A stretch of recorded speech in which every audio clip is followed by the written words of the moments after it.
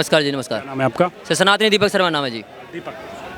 दीपक भाई, आपसे ये जानना है कि पहले तो ये बताइए, वक्फ बोर्ड के बारे में आप जानते हैं? हाँ, बिल्कुल जानते हैं। 1954 में गठन हुआ। बिल्कुल, बिल्कुल। और ये भी जानते होंगे कि इस समय तीसरे नंबर सबसे ज़्यादा ज़मीन है। पहले सेना के मैं पास पता है, नहीं रेलवे के कितना पास है, ये है। मुझे पता है कितना है ये, 8,54,000 और 509 एकड़ ज़मीन है उनके पास। बहुत सही, दुरुस्त जानकारी है। मुझे आपसे यही जानना है कि भी कोल्हापुर मंदिर महाराष्ट्र में है, उसके आसपास की ज़मीन को वक्फ बोर्ड ने फिर से अपना मालिकाना हक जताया है। सिर्फ पहली बार नहीं है, बहुत बार हुआ है ऐसे मंदिरों पे।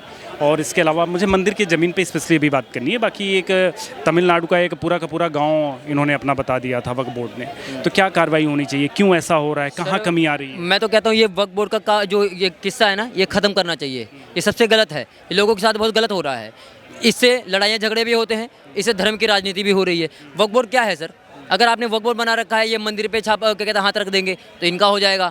यहाँ तक का एक क्या कहते हैं कोर्ट पे भी इन लोगों ने बोला था कि ये कोर्ट हमारा है। कोर्ट अपना क्या कहते हैं केस जो है खुद कोर्ट में लड़ रहा है। बताइए, ऐसी हालत आ चुकी है और इनके पास इतनी ज़मीनें हो चुकी हैं। बताइए, और ये केजरीवाल जी जीतते हैं जाके कर्नाटक में 100 करोड़ ये दे देते हैं वक्फ बोर्ड को। ठीक है, अगर आप वक्फ बोर्ड बनाते हो तो आप हिंदुत्व बोर्ड भी बना दीजिए। फिर हिंदू भी तो करें ना। एक ही संस्था के लिए क्यों कर रहे हो आप? एक ही जाति के लिए क्यों कर रहे हो आप? दोनों के लिए करो। अगर आप एक के लिए करोगे तो इसका मतलब है हमारे देश में हिंदू मुस्लिम लड़ाई होती रहेंगी। आप समानता करिए। मैं तो ऐसा नहीं कह रहा हूँ कि एक के लिए हो रही है, कोई गलत बात तो नहीं कह रहा ना।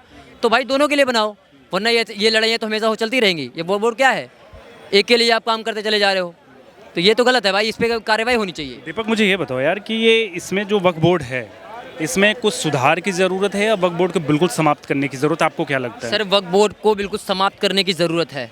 मैं ये जानता हूँ कि 1947 में जब हमारे यहाँ लड़ाई लड़ी गई थी आज़ादी की, तो उसमें हिंदू मुस्लिम सिख ईसाई चारों ने मिलकर लड़ाइयाँ की थी। ठीक है ना?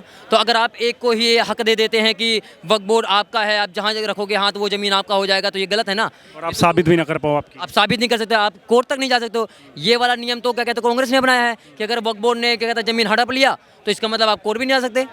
तो ये तो गलत है ना। आम आदमी, जैसे कोई गरीब आदमी हुआ, अगर आप उसके घर पे वक्फ बोर्ड ने हाथ रख दिया कि हमारा है, तो इसका मतलब उस गरीब आदमी कहाँ रहेगा? ये गलत है। हमारे देश में ये सबसे गंदा कानून ये है, इसको हटाना चाहिए।